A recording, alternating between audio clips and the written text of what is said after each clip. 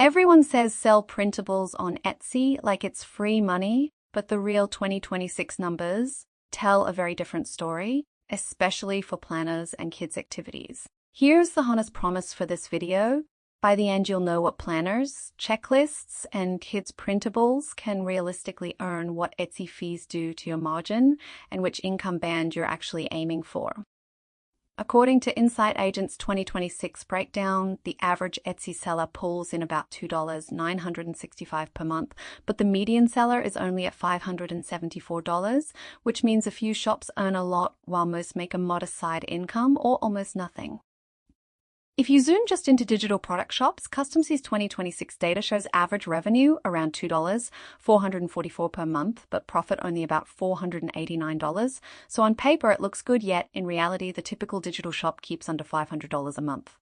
Digital Biz PLR's 2025 and 2026 niche data shows printable and digital planners are hot, with more than 5.8 million views per month and prices, mostly between $4 and $15 per file. The catch is that the top planner shops in that data pull around £10, $0.00000 to £20, $0.00 per month, which is a full-time income, but those are outliers, not what you should expect in your first year.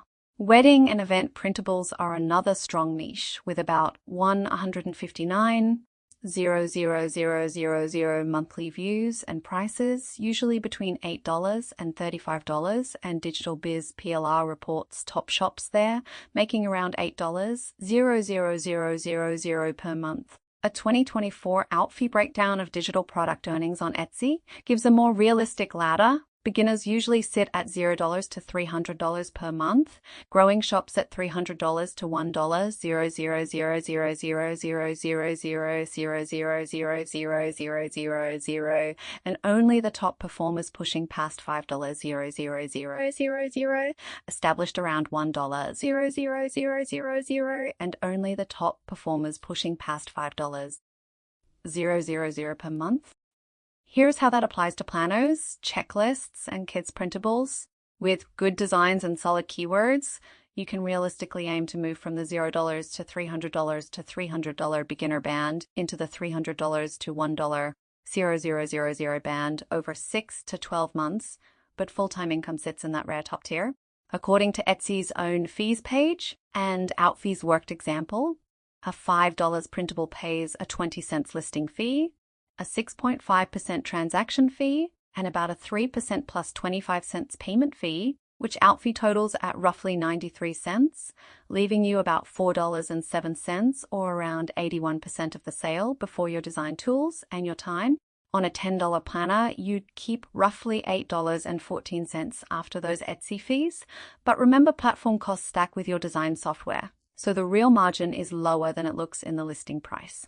Most successful planner sellers are not using free tools only, and Canva's App Store listing shows Canva Pro running around $14.99 to $18 per month, or $119.99 per year, which becomes a real recurring cost once you start pumping out larger packs of planners or kids' activity cards. So if your shop averages 50 sales of a $5 printable in a month, that's $250 in revenue and about $203 after Etsy fees. And if Canva Pro costs you $15, now you're at roughly $188 before tax and your time, which puts you solidly in that early beginner band. Here's the practical way to treat this. Use planners and checklists as your steady base, then layer in higher value niches like wedding or party packs so your average sale price creeps up and the fixed Etsy fees hurt you less per order. Realistic timeline. Month 1, you set up your shop and upload 20 to 40 solid listings. Months 2 to 4, you tweak keywords and thumbnails and aim for 10 to 30 sales a month. And after 6 to 12 months of consistent publishing and testing, it's realistic to sit in that $300 to $1.000 range if your designs are actually helping people. So planners, checklists, and kids' activities are a solid side hustle, not free money. Most sellers make under $500 profit a month, a few make real full-time income, and where you land depends on how many useful listings you ship and how you manage your fees and tools. If you want more straight talk like this on one realistic way to make money online, hit subscribe and turn on notifications. And next video, I'll walk through how to pick your first 3 planner niches that have a real shot at selling.